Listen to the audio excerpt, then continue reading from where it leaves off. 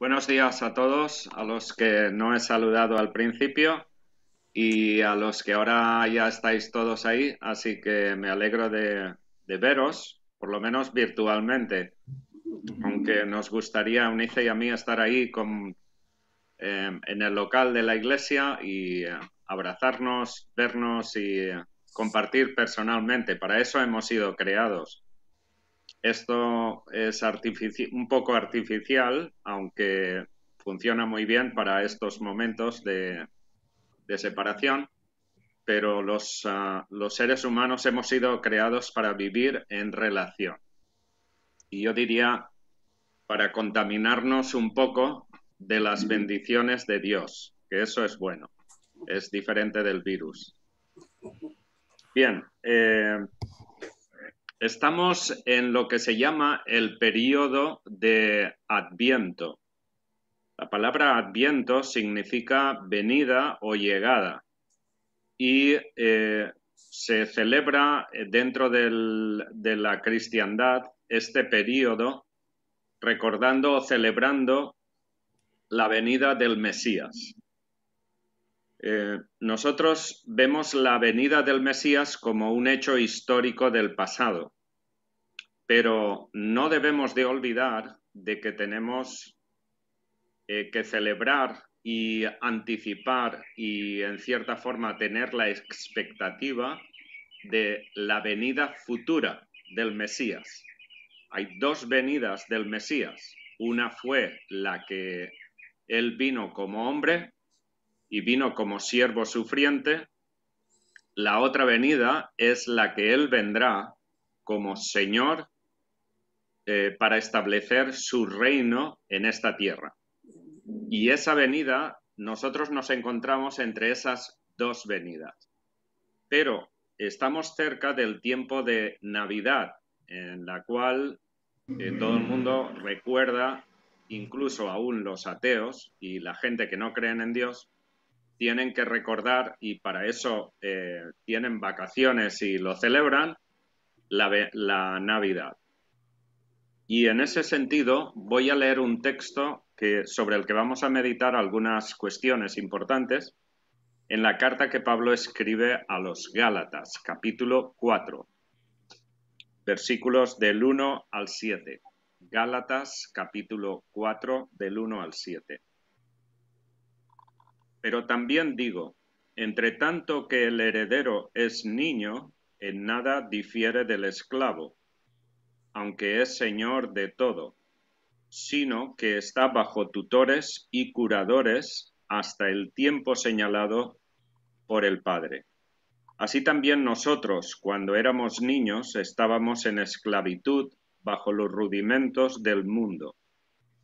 Pero, cuando vino el cumplimiento del tiempo, Dios envió a su Hijo, nacido de mujer y nacido bajo la ley, para que redimiese a los que estaban bajo la ley, a fin de que recibiésemos la adopción de hijos. Y por cuanto sois hijos, Dios envió a vuestros corazones el espíritu de su Hijo, el cual clama, Abba, Padre. Así que ya no eres esclavo, sino hijo, y si hijo, también heredero de Dios por medio de Cristo. Como podemos ver, el texto habla precisamente de la venida de Jesús. Y recuerdo y quiero enfatizar este hecho de que esa venida fue histórica, y puesto que fue histórica, la segunda venida debemos de entenderla también como histórica. Debemos de estar a la expectativa de que Él vendrá a recoger primeramente a su iglesia y que posteriormente Él establecerá su reino aquí en esta tierra, para establecer la justicia cual nunca la humanidad la ha conocido. Vamos al texto y primeramente en los 3 primeros versículos el apóstol Pablo está simplemente concluyendo el argumento que ha estado tratando en el capítulo anterior, el capítulo 3. Y es ahí donde Pablo ha establecido de que la ley que fue dada a través de Moisés no pudo salvar al ser humano, no puede salvar. Y que lejos de salvar, lo que hace esa ley es dar oportunidad al pecado para condenar al ser humano. La ley, dice Pablo en el capítulo anterior, versículo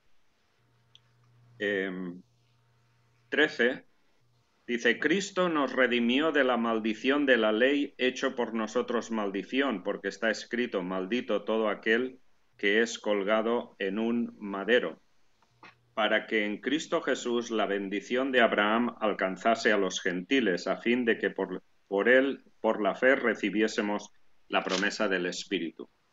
Lo que Pablo está estableciendo aquí es que la ley en sí no pudo tratar con el problema del pecado. La ley es buena, santa y justa, tal como nos recuerda en la carta a los Romanos, capítulo 7, pero lo que es bueno, justo y santo es porque refleja el carácter de Dios, refleja la santidad, la perfección, la belleza de Dios. Pero esa ley no pudo salvar al ser humano, simplemente era como el ayo, tal como dice Pablo en el capítulo anterior, 3:24, de manera que la ley ha sido nuestro ayo para llevarnos a Cristo. O sea, lo que hace la ley, lo que hizo la ley o debería haber hecho, es demostrar al ser humano de que el ser humano no puede alcanzar a Dios, la santidad de Dios por sí mismo. Porque nuestra conducta y nuestra naturaleza están totalmente afectadas por el pecado. Es más, la ley en sí, aunque alguien la hubiera podido cumplir en el Antiguo o en el Nuevo Testamento, la ley en sí no podía tratar con algo que es fundamental en la relación que tenemos con el pecado. Y es el hecho de que somos pecadores. O sea, una cosa es hacer pecados y otra cosa es que somos pecadores. La ley lo que hace es decirnos lo que no debemos de hacer, qué es el pecado. Pero lo que no puede hacer es cambiar la justicia de Dios. Y puesto que somos pecadores, una cosa es lo que hacemos, los pecados, otra cosa es lo que somos, la ley no podía tratar con ese tema. Porque para tratar con ese tema, una víctima inocente tenía que morir. Y morir y derramar su sangre por los pecados del ser humano, para que todo aquel que en él cree, no se pierda, mas tenga vida eterna. La cuestión es que hacía falta que alguien limpio del pecado pudiese morir en una cruz y realmente redimir a aquellos que estábamos bajo la maldición de la ley. Así que en ese aspecto lo que hace Pablo aquí es concluir el argumento del capítulo 3 para establecer de que hay una relación entre el Antiguo y el Nuevo Testamento.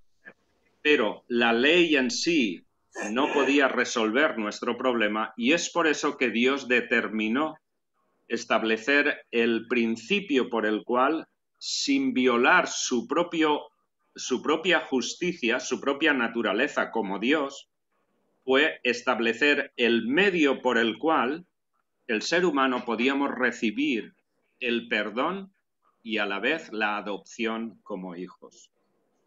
Por eso entramos en el versículo 4, cuando Pablo comienza diciendo: pero cuando vino el cumplimiento del tiempo, Dios envió a su Hijo, nacido de mujer y nacido bajo la ley. Lo que Pablo está diciendo aquí es algo muy importante que lo entendamos. En primer lugar, con esa conjunción adversativa, pero está marcando una diferencia con el Antiguo Testamento. Y lo que hace es introducir, a pesar de que hay una relación, introduce la alternativa a la situación del Antiguo Testamento. Y eso nos lleva a la Navidad, al nacimiento del Mesías. Pero cuando vino el cumplimiento del tiempo, y esa expresión, cumplimiento del tiempo, es algo que debemos de reconocer en su profundidad. Porque la palabra que utiliza ahí el apóstol Pablo para tiempo es la palabra cronos. Normalmente cuando Dios habla de su tiempo, de su esfera de movimiento, que es la eternidad, se utiliza la palabra kairos. Pero cuando utiliza la palabra cronos, se está refiriendo a la historia de la humanidad. Y por tanto, él lo que está afirmando aquí Pablo es que cuando vino el cumplimiento del tiempo que Dios había determinado previamente, fue cuando Dios entró en la historia de la humanidad, o sea, entró personalmente.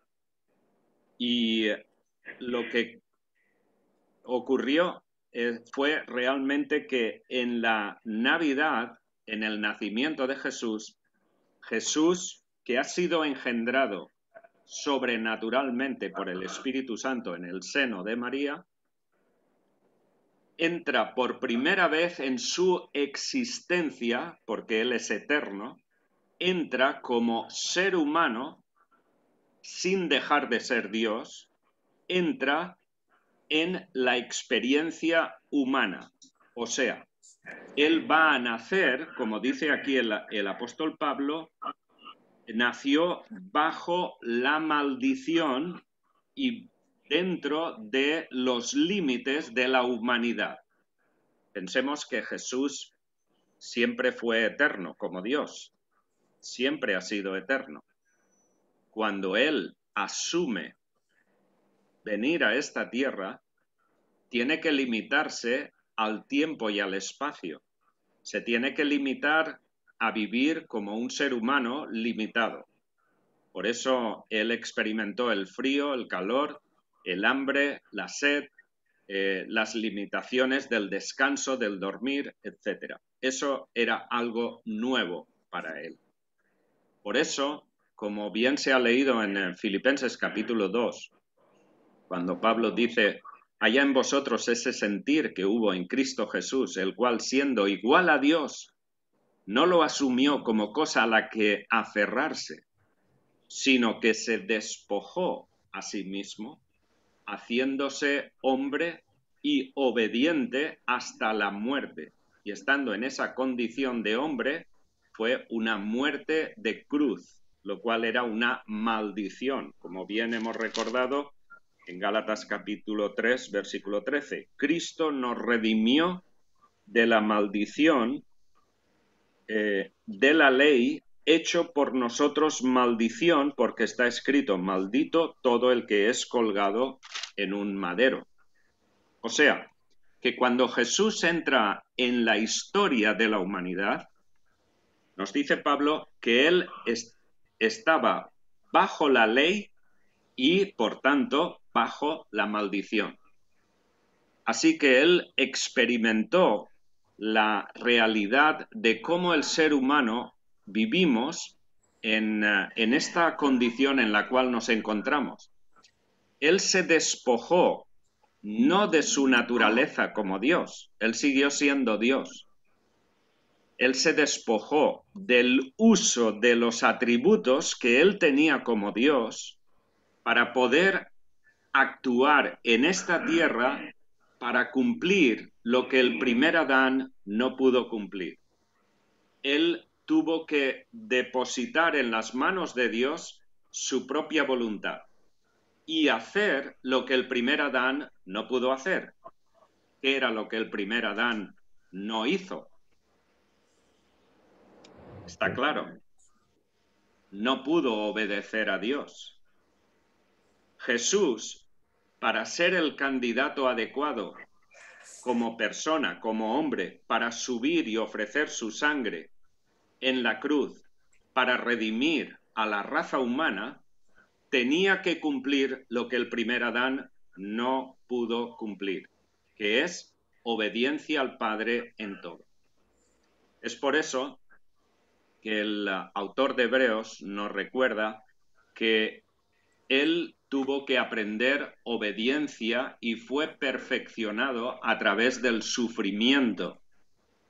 Y uno se pregunta, ¿tuvo que aprender y ser perfeccionado? Pero si él era perfecto.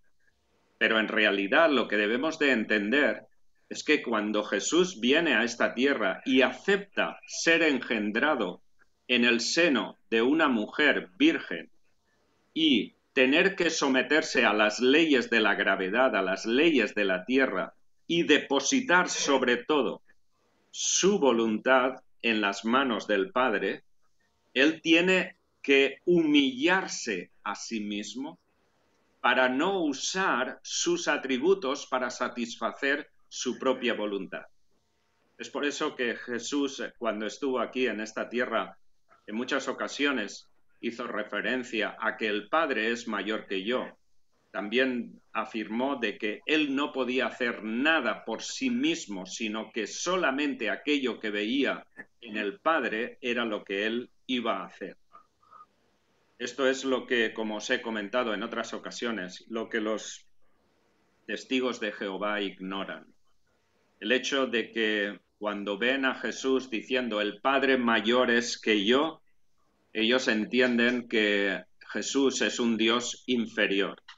Y eso demuestra la gran ignorancia que tienen esta gente por no entender lo que significa la gran humillación de Jesús cuando Él vino a esta tierra. Y es por eso que realmente no acaban de comprender el hecho de que Jesús se despojó de su propia voluntad para hacer exclusivamente la voluntad del Padre.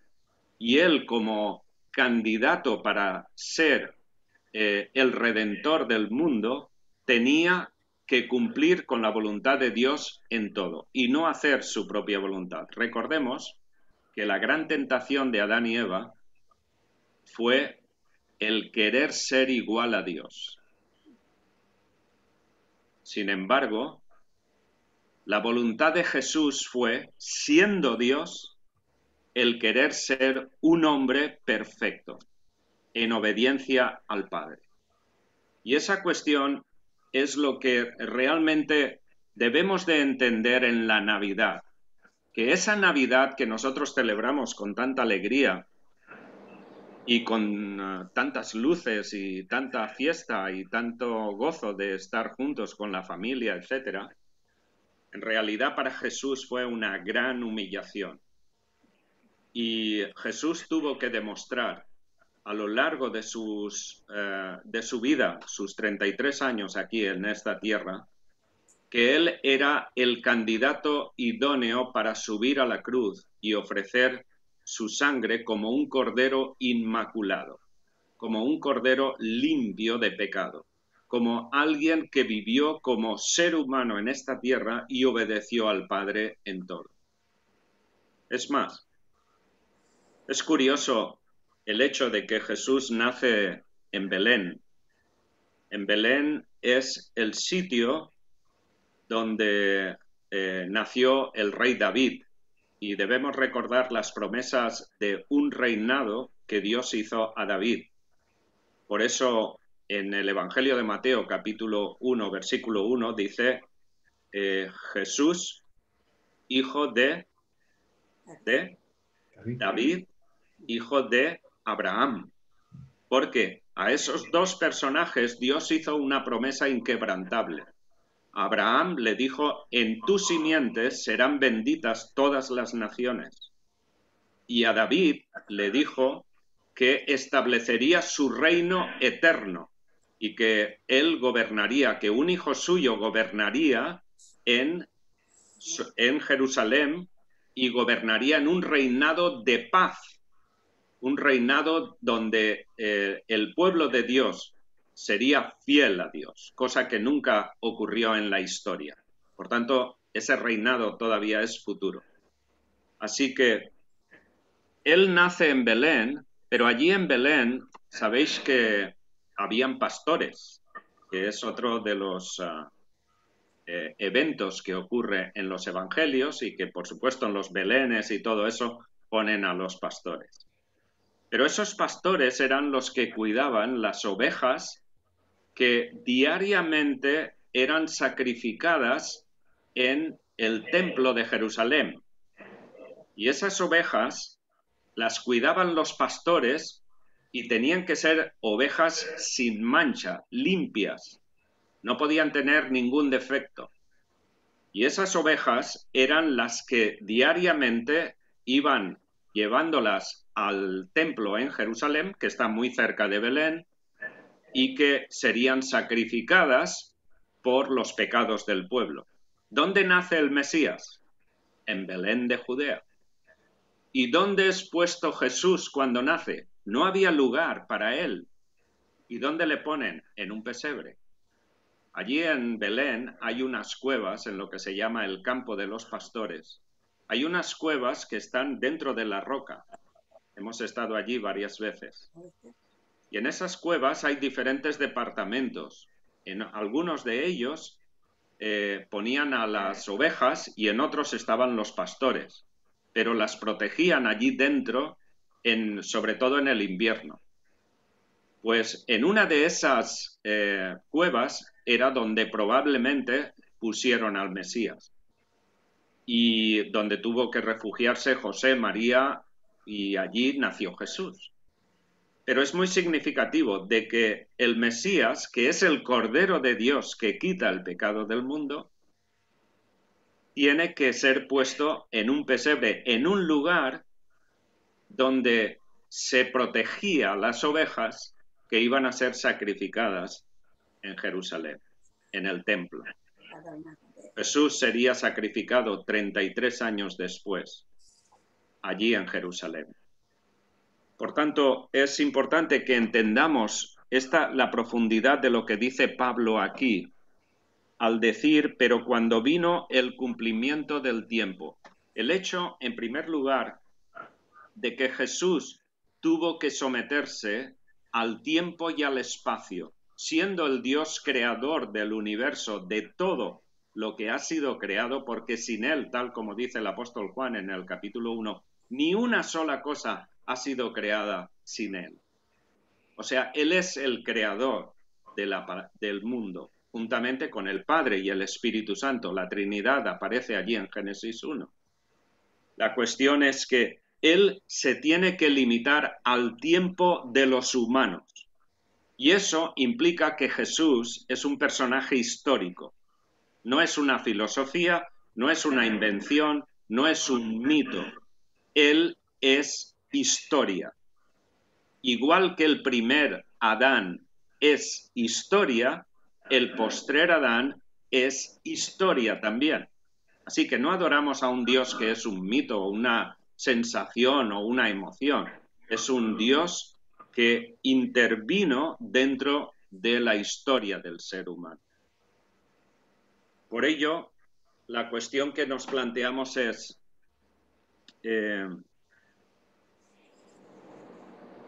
¿cómo celebramos ahora la Navidad? ¿Qué es lo que recordamos? Para nosotros la Navidad ya es un hecho histórico del pasado. Pero ¿creemos que hay una segunda venida que será un hecho histórico? Recordemos que a finales del primer siglo, mucha gente, muchos cristianos empezaban a cuestionar si Jesús vendría otra vez. El apóstol Pedro lo refleja en su segunda carta.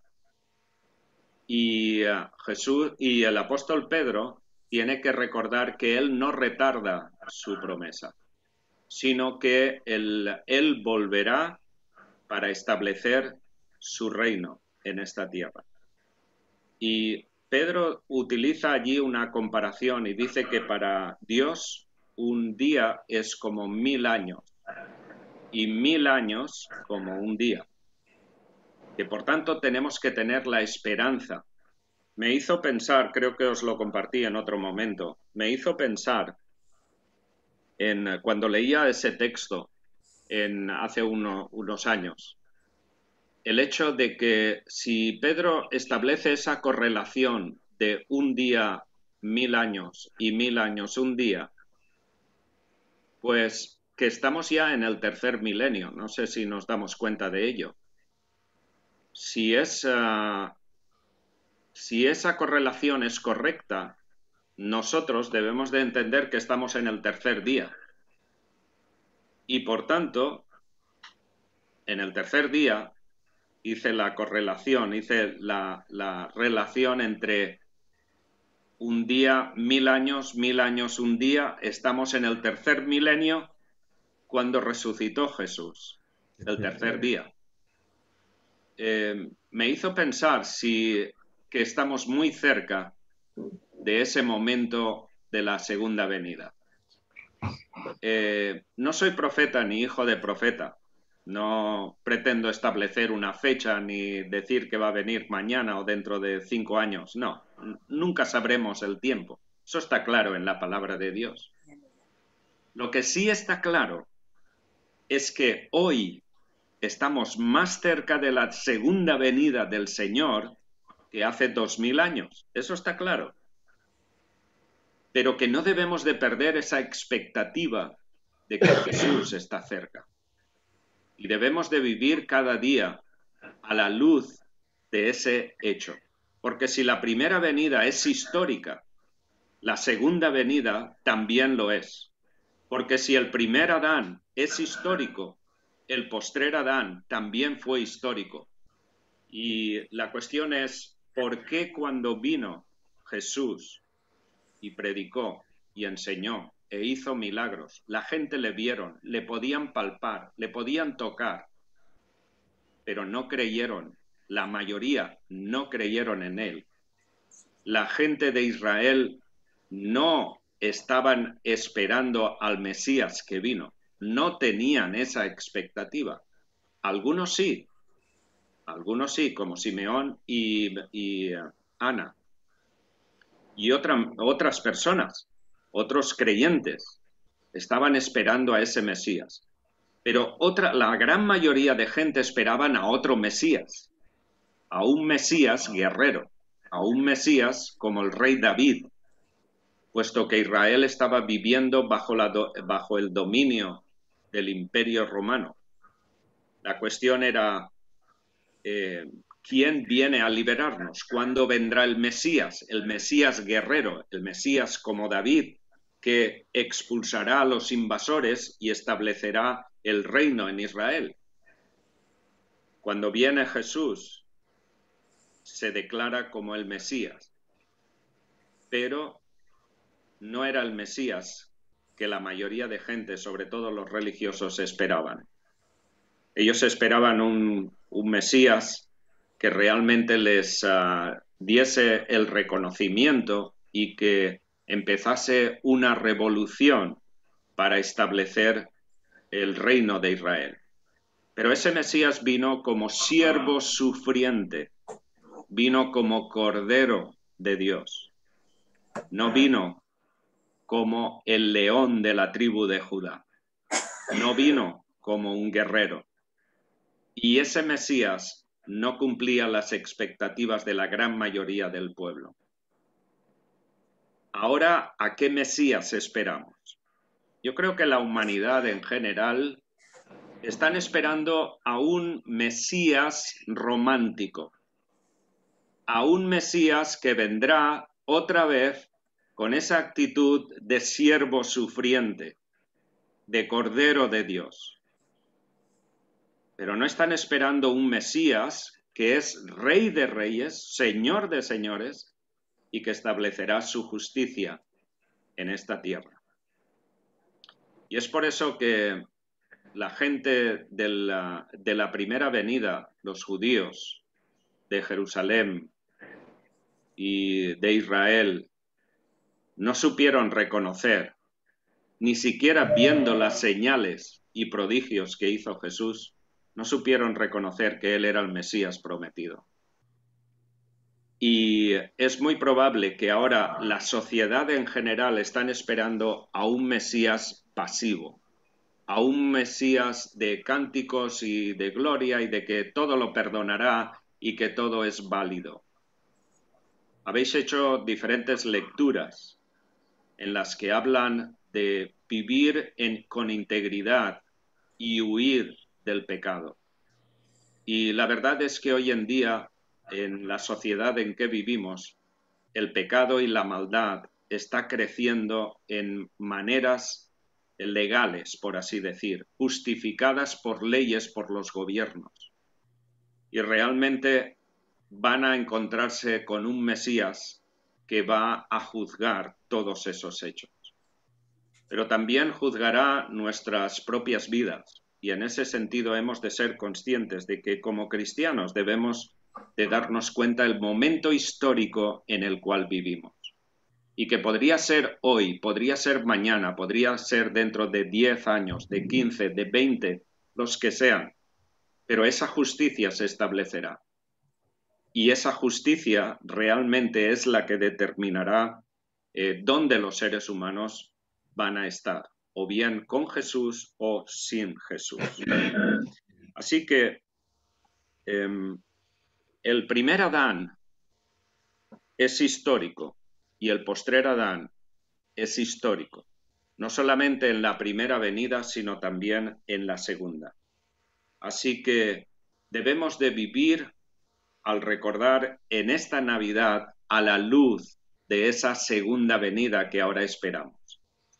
Y debemos de gozarnos de ese momento. Yo creo que lo que estamos viendo en estos momentos en la historia, todos estos movimientos políticos, todos estos movimientos de fuerzas, de poderes, de diferentes áreas y zonas mundiales que están luchando por controlar la economía, intentando controlar las influencias de unos con otros para hacerse fuertes, es síntoma de lo que realmente la palabra de Dios nos advierte, de que en los últimos tiempos la maldad crecerá, la maldad del ser humano, y que el colmo de la maldad llegará a un aspecto, a un punto inimaginable.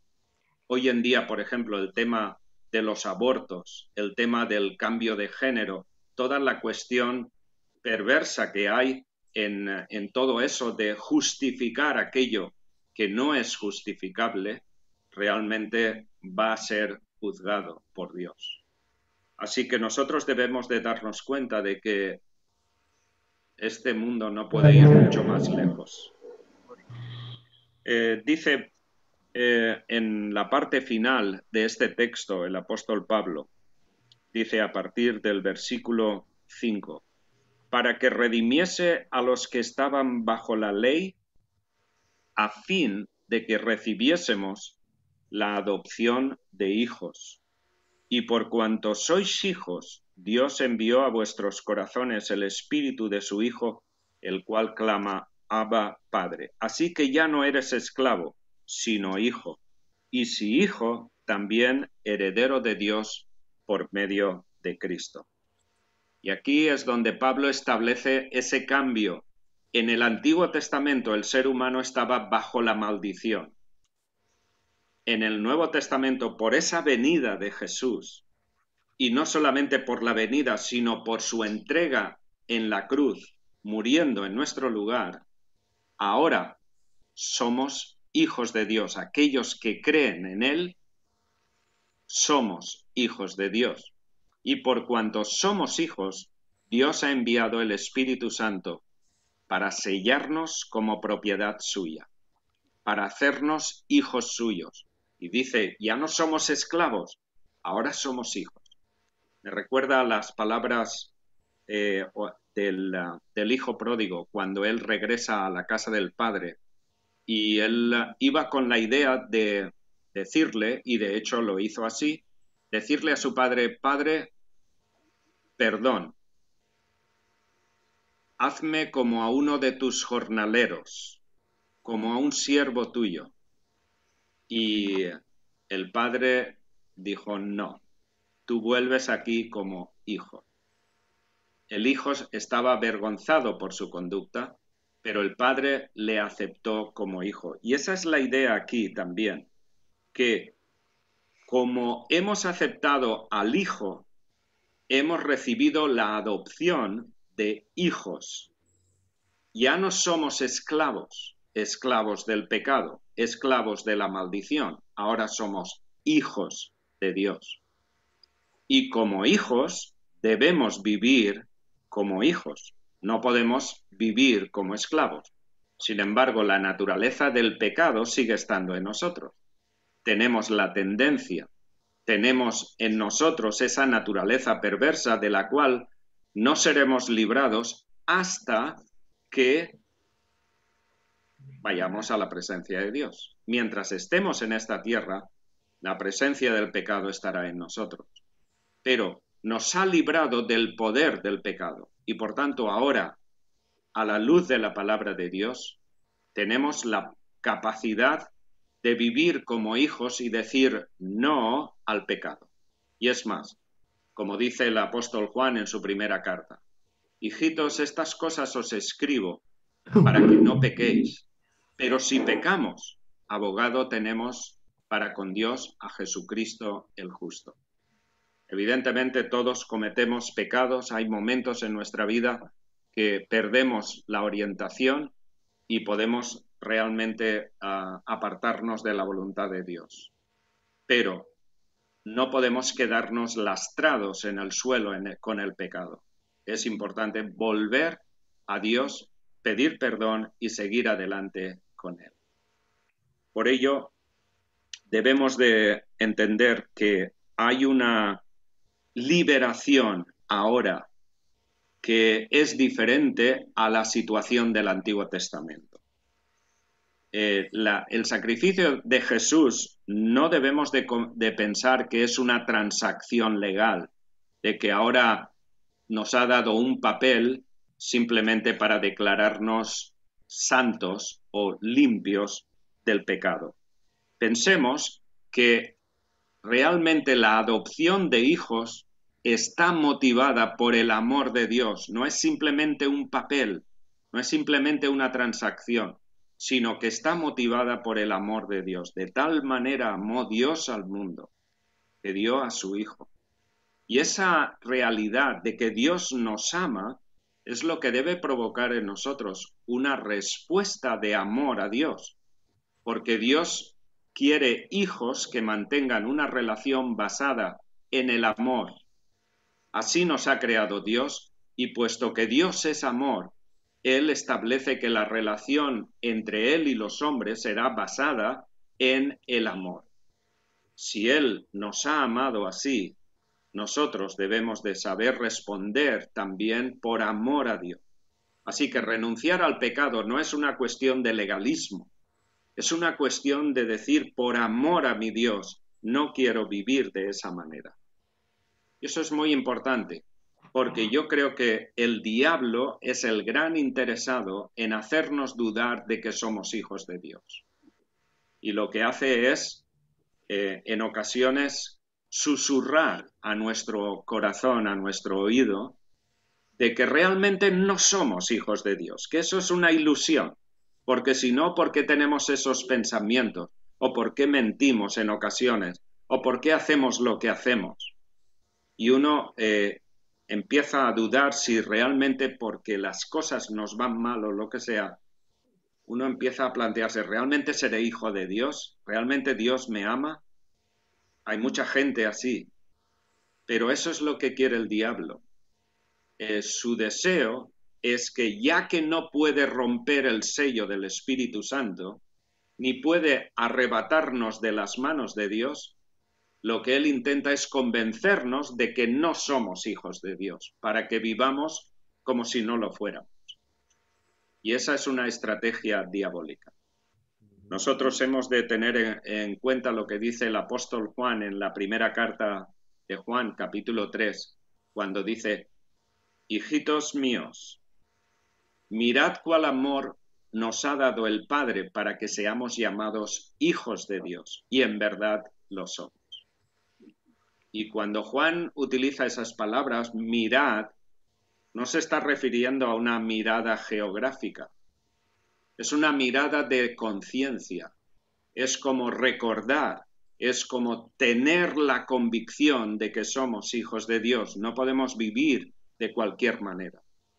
Dios nos ha adoptado y nuestro corazón debe moverse por el amor que sentimos por Dios. Eso cambia todo el aspecto de nuestra relación con Él. No es un legalismo, no es un esfuerzo, es un deseo de agradar a aquel que nos ha rescatado por amor. Es la respuesta a la gracia de Dios del Nuevo Testamento. No perdamos de vista de que el diablo intentará hacernos dudar de esa relación, o hacernos dudar de la segunda venida, o hacernos dudar, como muchos han dudado, de si realmente Jesús existió o no existió, etc. No. Él es el único Salvador, el único mediador entre Dios y los hombres. Y concluyo. El apóstol Juan, allí en el Evangelio, recoge en las palabras de Jesús en Juan 3:16, cuando dice que de tal manera amó Dios al mundo que dio a su Hijo unigénito, para que todo aquel que en él crea no se pierda, mas tenga vida eterna.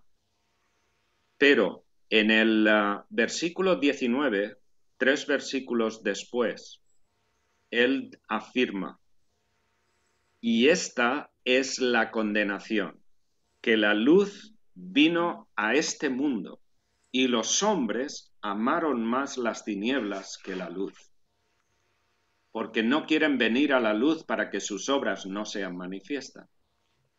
Claro, esta cuestión es muy importante, porque ahí se establece que aquellos que no quieren venir a la luz son los que van a ser condenados.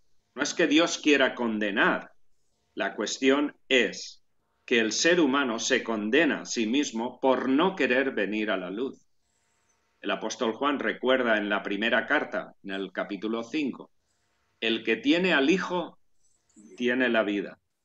El que no tiene al Hijo de Dios no tiene la vida. O sea, es muy contundente. El que tiene, tiene. Y el que no tiene, ¿qué? No tiene. La cuestión es muy clara. ¿Y por qué no tiene? ¿Por qué no tiene el que no tiene? Porque no quiere. Por su propia voluntad ha decidido no venir a la luz.